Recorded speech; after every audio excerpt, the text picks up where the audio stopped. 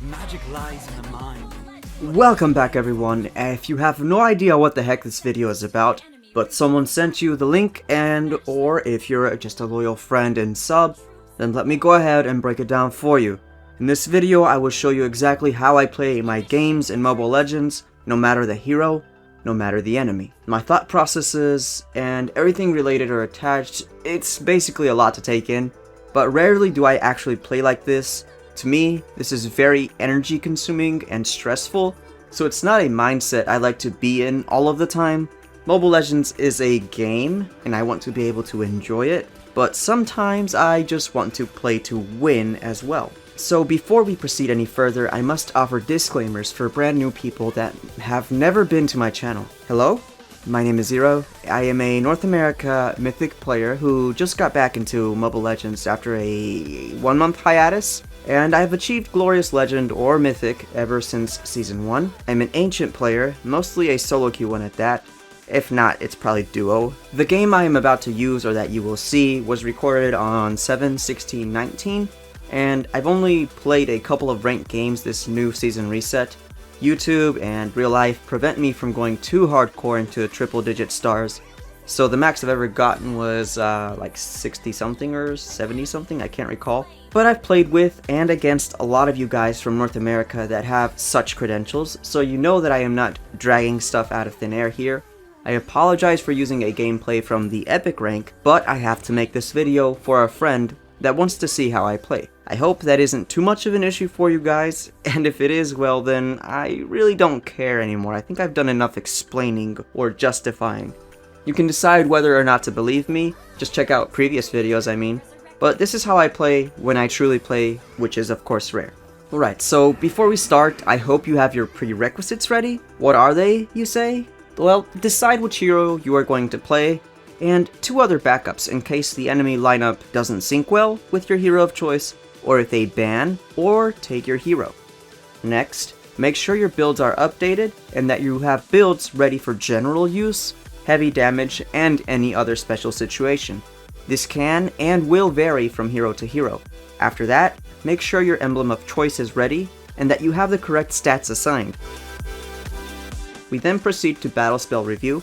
If you've been playing for a long time like me, then this should mean you know the battle spell cooldowns by heart, or at least I hope. Now, since I don't expect everyone that's watching to have all of these memorized, I'll review them with you. In terms of seconds, Execute has 90, Retribution has 35, Inspire has 60, Sprint has 100, Heal has 110, Aegis has 90, Petrify also has 90, Purify has 75, Track has 100, Flicker has 120, Arrival has 120 again, and Vengeance of course has 70.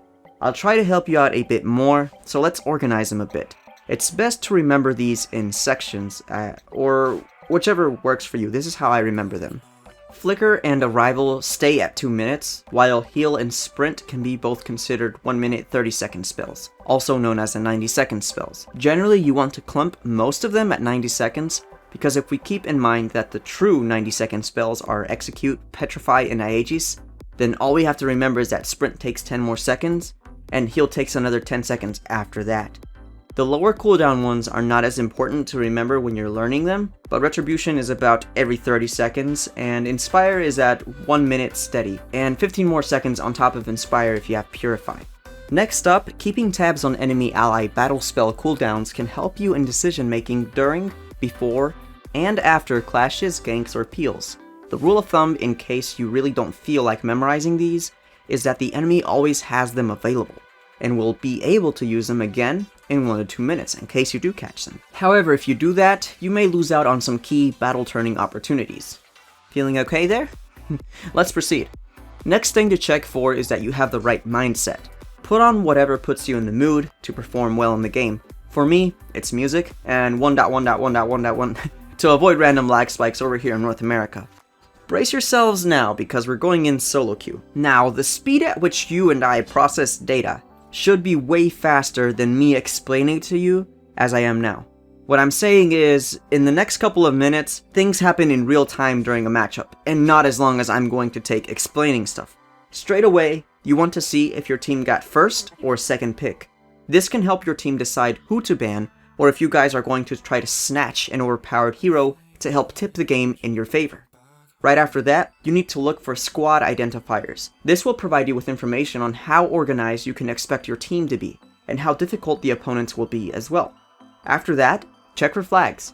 These can help determine how much you will lag during the fight, so if you rely on low MS for a hero to work properly, and you have multiple flags from countries that are a massive distance apart, you can either expect to lag anywhere from 10 to 120 MS more than your base MS. Mobile Legends usually allows for flag changes regardless of actual location, so the best you can hope for is that these people live in the same country as you but decided to use another flag. Now that you've got some info, it's your turn to ban. The correct thing to do is wait and see what heroes everyone wants to play, and then ask which they would like banned. If they suggest you ban a hero that you know you will counter, then ignore them and explain later. In my case, I saw that two of my teammates wanted to pick Moskov and Odette. Both are heroes that are susceptible to ganks and knockups, so my best choice was to ban Kufra to avoid collateral damage here. It would be wise to ban Harith, but I want to play Mincithar, who makes any Harith user think twice before they pick him. Thankfully for us, the enemy banned Harith, which means they just wasted a ban slot. Usually Esmeralda players will request to use her at this point in this season, but since no one did, I recommended we ban her, since she can be pretty broken in the right hands. However, S5 decided to ban Guinevere. Again, I have Mincithar, so any dash-based hero would have had a hard time against me. But hey, at least it's a reasonable ban. Speaking of reasonable bans, I have literally no idea why they banned Angela, but that works for us again, since now we can get Esmeralda and do some serious damage. With the added benefit of solo queue and epic rank, Slot 1 decided to trade me Mincithar, which is in general a bad idea since the enemy can now use the intel to counter-pick heroes against me. I doubt, however, that they would pick the heroes that counter Mincithar as they are considered useless and or worthless in this season. Sucks for them. Sadly, the enemy chose Lunox and Esmeralda, two very strong picks, and things aren't looking good for our side. Odette can kill any Esmeralda for sure, but Lunox is another deal. I'll have to put on my A game here, but so far it's nothing I can't handle yet. My teammates went ahead and picked what they said they were going to pick, which means to me, high burst / splash damage in teamfights, slow early game for Moskov, strong late game, and a strong overall game for Odette. She doesn't need to worry much about mobility since our ults sync well together. The enemy then proceeds to pick two fighters, Terizla and Martis. These are not good picks against the lineup they will be facing, so that works in our favor again. My team decided to pick Hanzo and Kimmy for whatever reason, and whether I like it or not, this is the reality. I have more intel now. Kimmy can also solo lane because her early game is really strong, and Hanzo can do what Hanzo does, which is disrupt and consume the jungle. All I have to do myself is make sure that Odette is protected, and that Moskov can get fed, because past mid-game, Kimmy will lose some strength, and late game, Hanzo will begin to fall off too. Terizla and Martis, on the other hand, are both tanky fighters, and will be able to fend off a lot of damage late game as well. As I expected, however, the enemy's last pick was supposed to be a marksman, and they ended up choosing Hanabi. She syncs well with all of them, so it's not exactly a bad pick for the team, it's a decent pick. Overall, their team comp is probably a 7 out of 10, while ours is a 5 out of 10, if you ask me to be sincere. So before we see what spells the enemy has, we can see which spells our allies have. I am using Petrify, a 90-second cooldown skill. Moskov also has a 90-second cooldown skill. Sprint is 10 seconds more than me. Flicker is on 2 minutes, and of course Vengeance, which is completely useless on Kimmy, is on a 70-second cooldown. Brace yourself again, take a break if you want. This screen right here is information overload. First things first, notice player loading times while you analyze their spells and emblems. This will tell you who has a better connection to the match, and who is going to be able to reflexively dodge most of your skills due to MS differences. Analyze the enemy team first. Esmeralda has a tank emblem and the battle spell Flicker. This most likely means she will try to build more tanky items than damage items. Next up is Hanabi, who has Electro Flash and Sprint, meaning she will be very difficult to catch even for me after my crowd control is used up. It also means that she can arrive to team fights in about 10 seconds tops if she isn't there already. Terizla is going for Festival of Blood, and Sprint to try to compensate for his slow moves and to maximize his high skill damage sustain potential.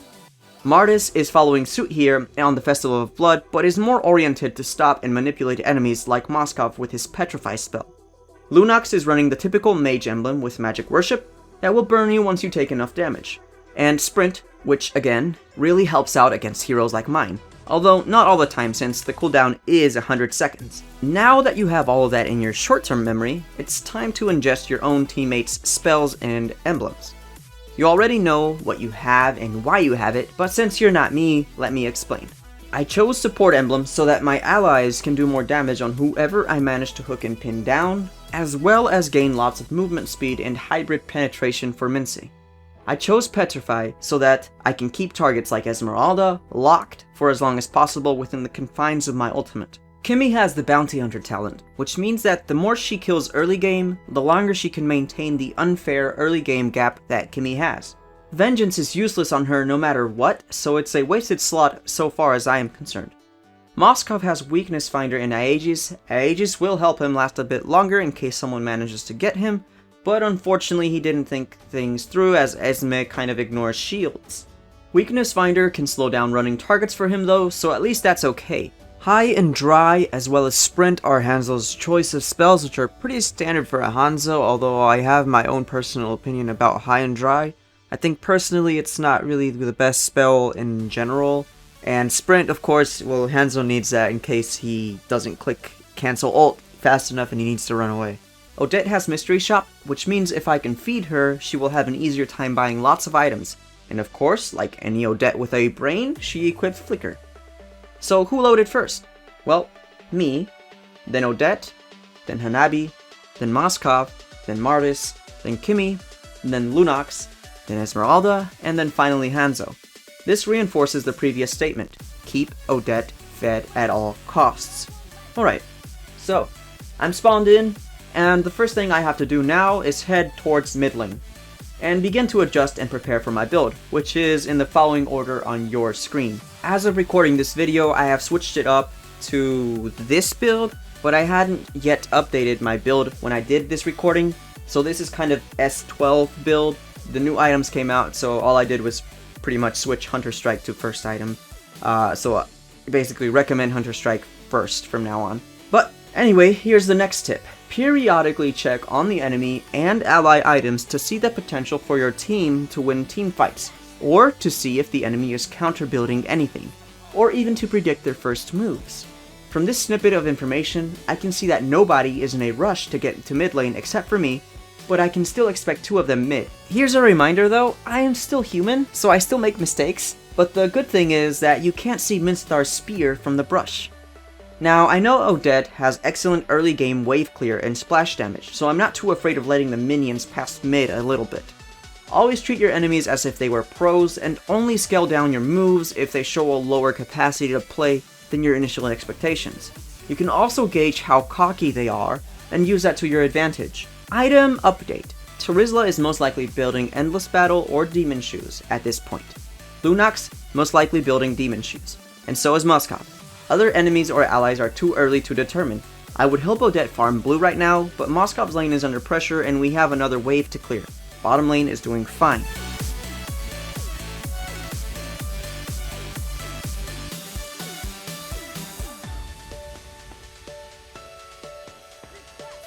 Now I'm traveling to the top lane in order to prevent the enemy from taking the crab and from losing XP on top lane waves. I have to keep tabs on Odette since she went on an unexpected route that exposes her to danger. This means that now I have to check the brushes for enemies that may want to fight for the crab.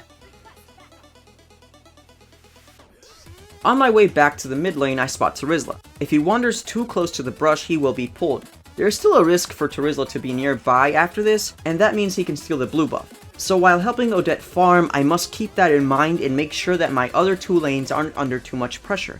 Thankfully, Terizla appeared on the mini-map again, and I know that Martis and Lunox are bot lane, so it is very unlikely that Hanabi and Esmeralda are doing anything other than farming right now. I want to go back to mid, by the way, to prevent minion XP loss, but Hanzo has things under control. However, I don't like the fact that Martis and Terizla are both nowhere to be seen, and I am expecting a gank either bot or top lane. Moskov is the weaker target right now, and since Hanzo split down to go with Kimmy, I decide to help out Moskov just in case. Item update. Boot phase. Everyone is now more mobile. First indication of something going wrong on the minimap is going on. Terizla appears on our jungle, Odette seems to be fine, so it's most likely a rush to the bot lane. 3 enemies at bot. Now I gotta haul my caboose over there.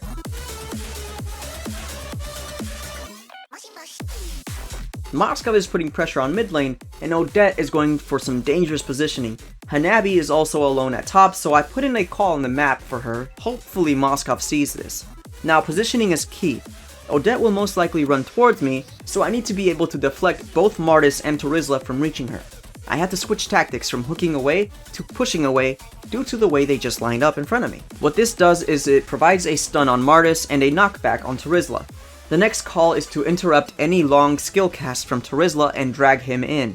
This will confuse him a little bit, but the ult is immediately next, since Martis probably almost has his skill 2 up again. Remember that Martis had Petrify and that Terizla had Sprint. Martis cannot use his skill 2 right now, and I am on a mission to kill Terizla. We also now have backup from Hanzo incoming as well. Esmeralda also popped in on the minimap, so I could be in trouble. I'll let Hanzo chase the kill, but I need to reposition to protect Odette from Esmeralda. If you saw the minimap as well, you probably noticed Hanabi is no longer trying to fight Moskov. Sprint. 10 seconds. Remember that. 3 minutes? 3 minutes 10 seconds. Boom, Hanabi appears. What a surprise. She missed her ultimate, by the way. Enemy is overstepping their limits right now and is making a mess in the mid lane. The chances of me hooking somebody have gone up dramatically. So I grabbed, of course, Esmeralda. Good kill. Odette is getting fed. I know Moskov can fend off an underfed Lunox up there, so now I'm focusing on disrupting enemy morale and jungle. I asked for backup for the fight for the blue buff.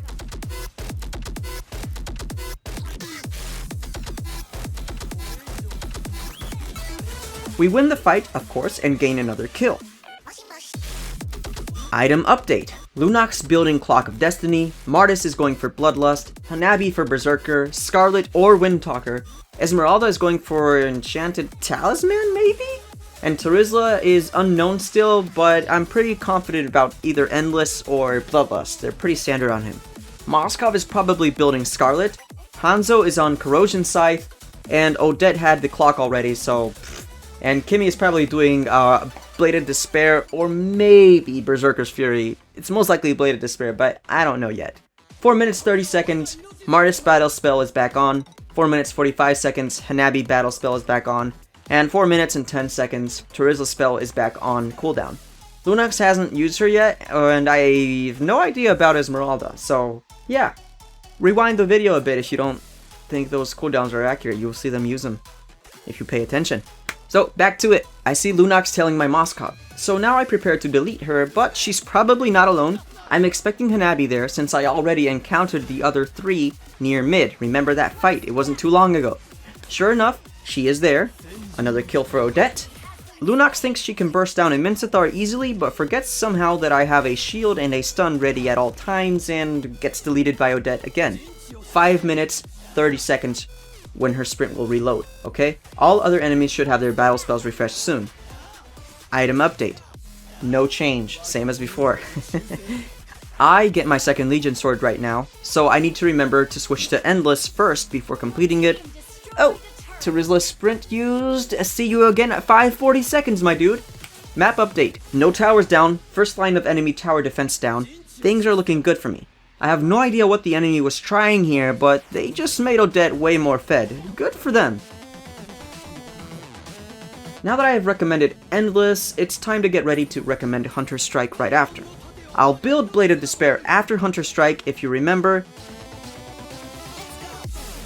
By the way, it seems I was wrong. Terizla is going for Bloodlust instead of Endless. I thought he really was going to go for Endless, but anyways, I was going to help bot lane. But it seems they finished the job alone. Terizla's way too underfed to fight these wars, bro. By the way, sprint again at 7:35 is when we'll see him. Now, Lunox is trying to run here, but she doesn't know that Mince's shield has a cast time, like a mini projectile that can be predicted to her ultimate duration. Whoops! I'm pretty sure top is going down, but I'll try to do something about it. By the way, if you caught the mini-map, Esmeralda is out of flicker until 8 minutes and 20 seconds. The only reason I saw it is because I knew I wasn't going into anything dangerous, so my focus immediately goes back to the mini-map. I have no idea what happened with my shield aim here, so please don't roast me. There is a team fight about to happen, and I don't have the HP for it, but I can stand by and provide final CC towards the end now. So now it's time to recall and recommend Hunter Strike. Enemies have their items. Hanabi went for Scarlet, Esmeralda is just confusing me with her items, and it looks like Kimmy built Berserkers, while Hanzo and Moskov seem to be getting Berserkers as well by now, or maybe Scarlet, I don't know. Odette is just so fed that she's following a mage build that works well on mages, and not assassins. I will now farm the blue buff, but if any teammate wants it, I will give it to them instead.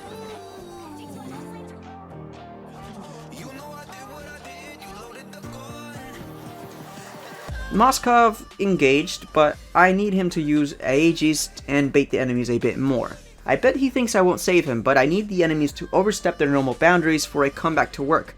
Still didn't save him, but I killed Martis though. Basically, I thought he had Aegis on and I never even saw him use it once, so there it goes. Not perfect, remember that. So this is pretty much GG now, but I must continue to try my very best until the end, because the moment I let my guard down is the moment that the enemy can sneak an epic comeback in. The focus now isn't on finding enemies, but on pushing towers and predicting enemy movements and killing the stragglers. This is a final display of power with my 4 loyal subjects, and of course this is a win, you guys, from start to finish. You can apply the same basic template to any hero you use, maintaining high map awareness, skill cooldown knowledge, battle spell cooldown knowledge, item build, and gold league knowledge, counter building, counter picking, all in action, and of course a lot of more things. But of course this is designed not to confuse you, and this video is running pretty long actually, so I could go more in depth, but then that's kind of like overkill, so I recommend you kind of go in depth yourself on your own time, learn the heroes, learn their cooldowns, learn what they do, their tendencies, learn everything you can, inform yourself, make your brain an information weapon that you can use against your enemies whenever you really want to try hard. Again, you can take this with a grain of salt if you want, but I still treated my enemies at all times as worthy rivals, and as such, they got maximum performance out of me, so to me, this was a well-earned star. I hope I didn't confuse you guys too much, but this is how I play my heroes when I really try. I hope you can take some tips from this, but otherwise, I shall see you next time. Zero out.